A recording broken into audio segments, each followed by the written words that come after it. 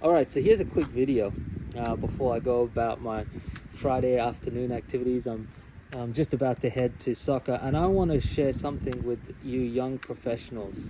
Something that I happen to be talking about with a young professional today at lunchtime, and I was surprised that he didn't realize that this was the case.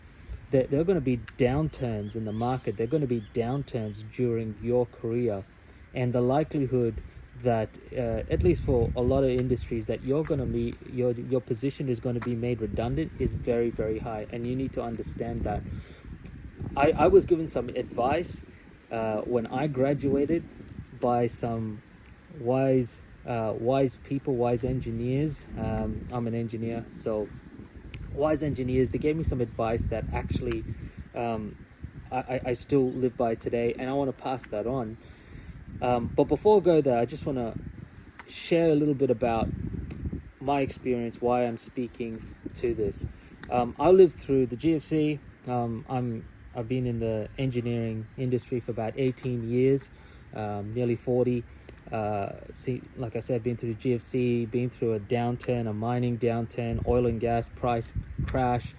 I've been made redundant once, and that's just par for the course.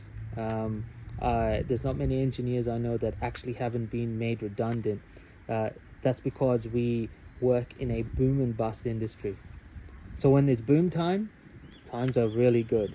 When it's bust times, well, no one wants to know you. When it's boom times, recruiters are calling you.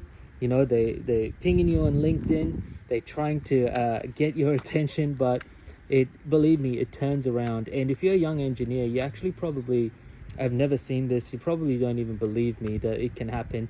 I was in your shoes because I graduated when the mining boom was on. Me and all my mates had jobs 6 months before we graduated. Times were good, and let me just say, times aren't always going to be good. Um, I had one guy tell me, I was working with him. He was an older guy. He was about 50 at the time, and he said to me, hey, he's talking about the times where he had to go, he lost his job and he had to go work for vendors and take not much pay, and just to get by. And I thought to myself, well, once he told me, he's like, oh, those times will come again. I thought to myself, this guy doesn't know what he's talking about. It's so hot out there. I could get a job anywhere. I can walk out, get a job anywhere. But sure enough, given enough time, that's exactly what happens. Okay, so I want to warn you, you need to know that there's a very high likelihood that you're going to be made redundant, you're going to lose your job, right? It's just something you need to know. And so this is some advice that I received from an engineer that used to sit next to me. She was really wise. She had a lot of experience. She's probably 40 something, a little bit older than I am right now. And she told me this. She goes, as an engineer, and this is not only for engineers, by the way, because a lot of industries, it may take a little bit longer for the bus to reach them, but it's going to reach them. Even retail and things like that, it's gonna reach if there is if a bubble pops. Right. So this is what she told me.